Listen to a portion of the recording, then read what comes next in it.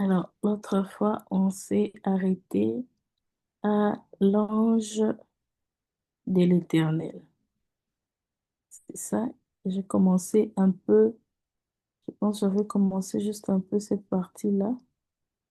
Alors, je veux commencer par là. Euh,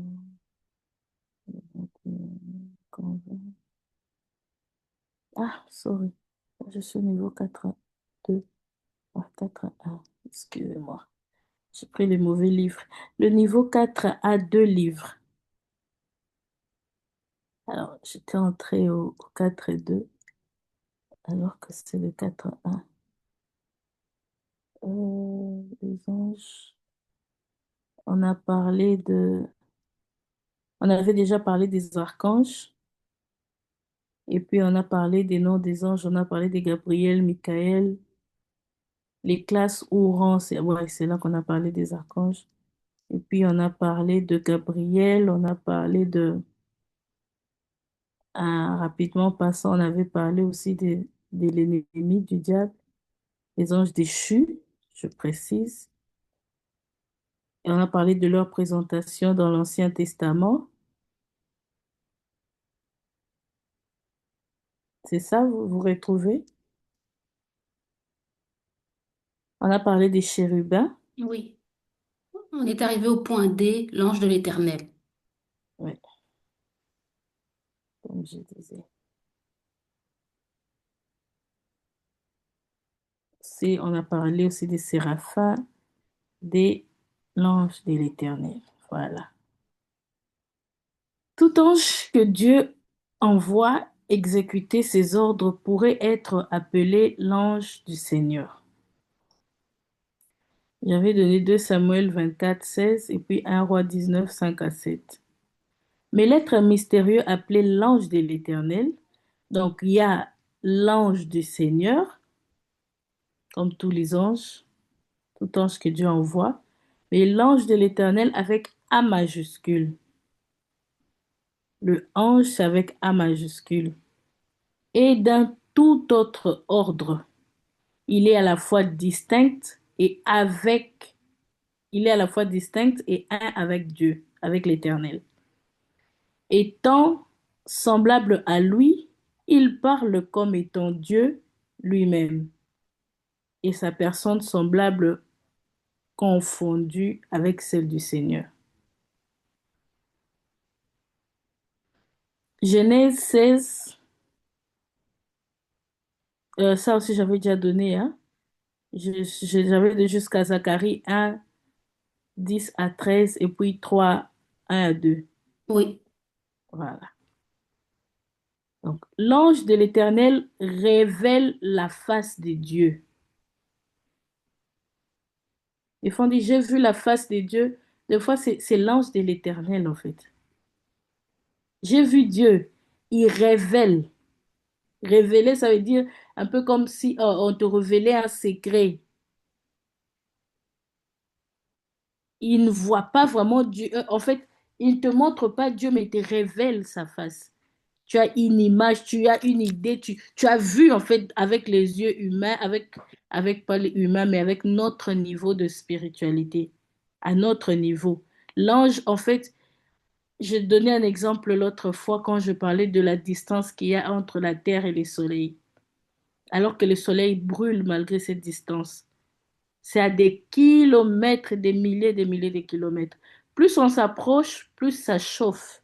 Imaginez quand c'est 40 degrés, il y a des endroits où c'est 45 degrés. Ça chauffe déjà ici sur Terre. Mais plus on s'approche, ça peut brûler même plus que les volcans.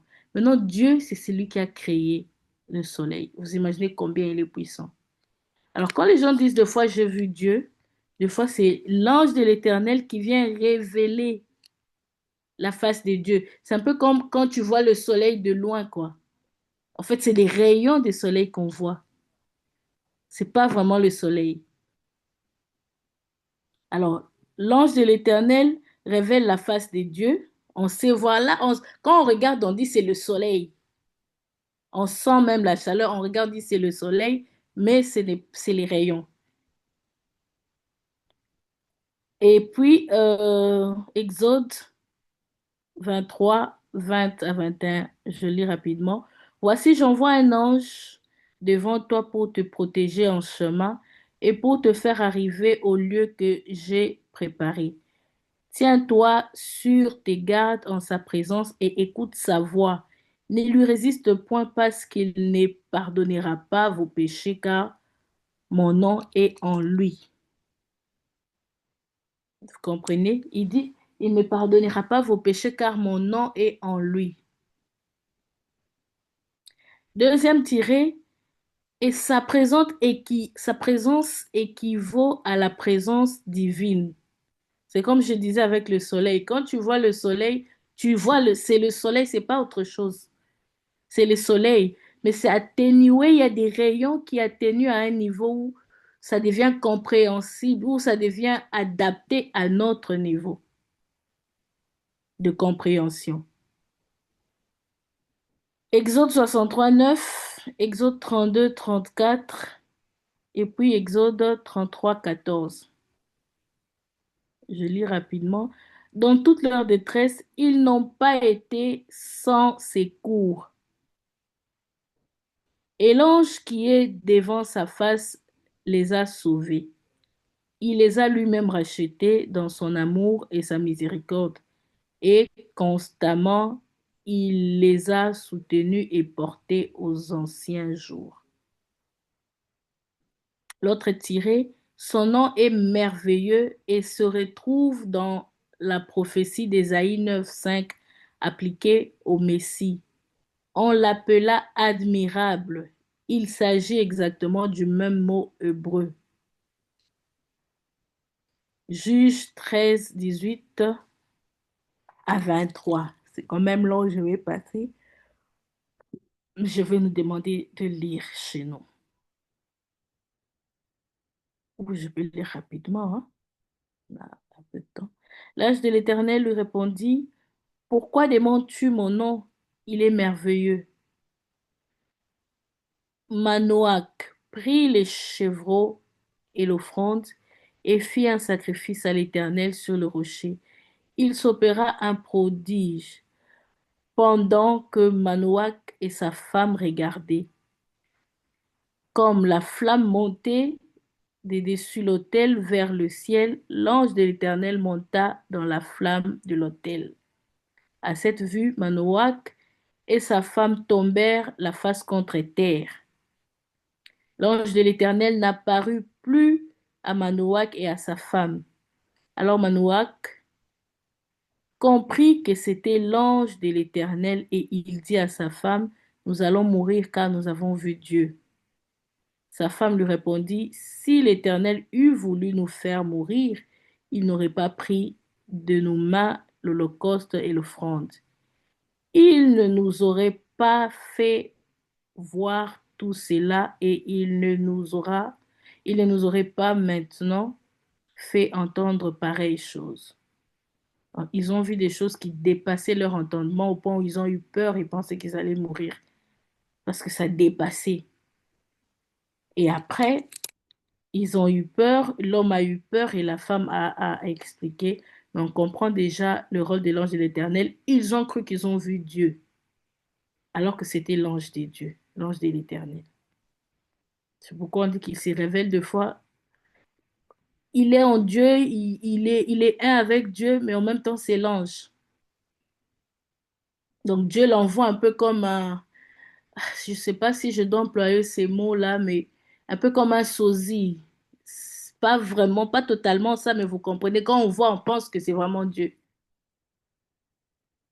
Je pense que l'exemple du soleil est mieux, mais avec les deux images, vous comprenez de quoi je parle.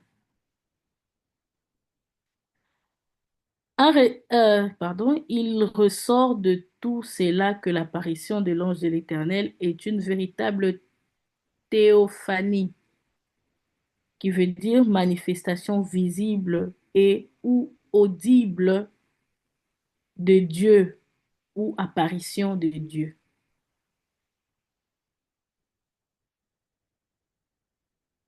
Vous comprenez déjà? Quand on dit personne n'a vu Dieu, mais Voilà, c'est pourquoi certains vont se dire, mais pourquoi la Bible dit, ah, pour voir Dieu, il faut voir Christ, tout ça. Et puis, personne n'a vu Dieu. Mais comment il y a des versets comme ça où on dit qu'il a vu Dieu? Voilà la réponse. C'est l'ange de l'Éternel.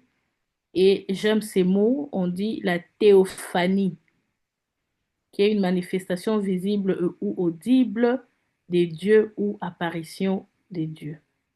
L'Éternel lui-même est invisible et personne n'a jamais pu l'apercevoir. Exode 33, 20. L'Éternel lui-même est invisible et personne n'a jamais pu l'apercevoir. Jean 1, 18. 1 Timothée 6, 16. Le Fils unique est celui qui le manifeste, non seulement par son incarnation dans le Nouveau Testament, mais déjà dans l'Ancien Testament, par les apparitions de l'ange de l'Éternel. Le Fils unique est celui qui le manifeste. En personne n'a jamais pu apercevoir Dieu. Le Fils unique est celui qui le manifeste, non seulement par son incarnation dans le Nouveau Testament, on parle de Jésus, fait chair, mais dans l'Ancien Testament par les apparitions de l'ange de l'Éternel. Donc, Jésus aussi apparaissait dans l'ange de l'Éternel. Ainsi s'harmonisent les textes d'après lesquels, d'une part, nul ne peut voir et n'a jamais vu Dieu, et d'autre part, les croyants de l'ancienne alliance ont eu une rencontre réelle avec la divinité. C'est voilà l'équilibre. Nul n'a jamais vu Dieu, oui. Personne n'a jamais vu le soleil, oui. Mais on voit le rayon du soleil, on peut confirmer que c'est vraiment le soleil. Il n'y a même pas de doute. Et on sent la différence. On sait que ça, c'est le soleil. Genèse, je viens de donner Genèse 32, 31, 30 pour certaines versions. Exode 24, 10. Acte 7, 8. C'était l'ange qui parlait avec Moïse dans le buisson ardent. Quand Moïse disait Dieu, tout ça, en fait, c'était l'ange de l'Éternel qui parlait avec Moïse. Et vous voyez, l'ange de l'Éternel ne vient pas comme Gabriel qui dit, je vous salue Marie. Ou avec d'autres anges, quand ils viennent avec un message, ils disent, je viens de la part ou quelque chose dans ce sens. Mais ici, l'ange de l'Éternel lui-même parle comme si c'était Dieu qui parlait. Ou c'est Dieu qui parle par l'ange de l'Éternel. Citons enfin Zacharie 3, 1 à 10, où l'ange de l'Éternel intervient comme le fait Christ, notre avocat.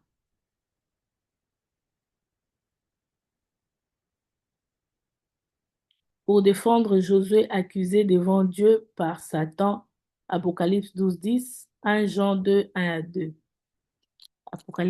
Apocalypse 12, 10, 1 Jean 2, 1 à 2. Leurs activités. Les activités. La réunion se termine, ensuite on va encore se reconnecter.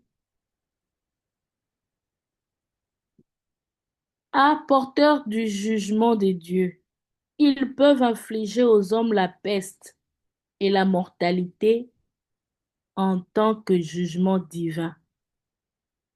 2 Samuel 24, 16, 2 Rois 19, 35, Zacharie 1, 7 à 17.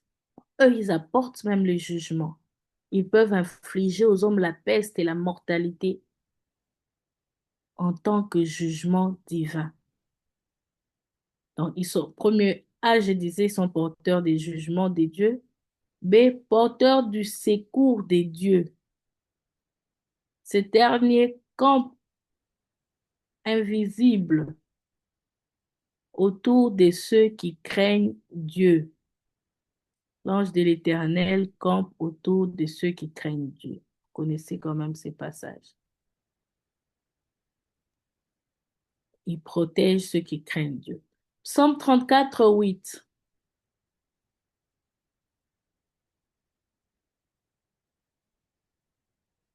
Genèse 28, 12. Genèse 48, 16. 2 Rois 6, 17. Ésaïe 63, 9. Et c'est le dernier, Ésaïe 63, 9. L'autre tiré, l'ange de l'Éternel, sous forme humaine, s'approcha d'Abraham, d'Agar, de Lot, de Moïse, de Josué, des Israélites, Abokim, de Gédéon et de Manoach. L'ange de l'Éternel sous forme humaine, s'approcha. Comme vous vous rappelez, on a parlé de l'exemple de Pasteur Guilain. Voilà, bref. Alors, vous comprenez qu'il y a encore l'ange de l'Éternel qui apparaît comme ça, des fois sous forme humaine. On marche avec quelqu'un, on pense ou on entend une voix, on sent la présence d'une personne derrière nous. On pense, on est convaincu, on sait que c'est vraiment une personne. Et c'est pas faux, on sent la présence d'une personne. Des fois, on parle même, on se tient la main, on marche ensemble.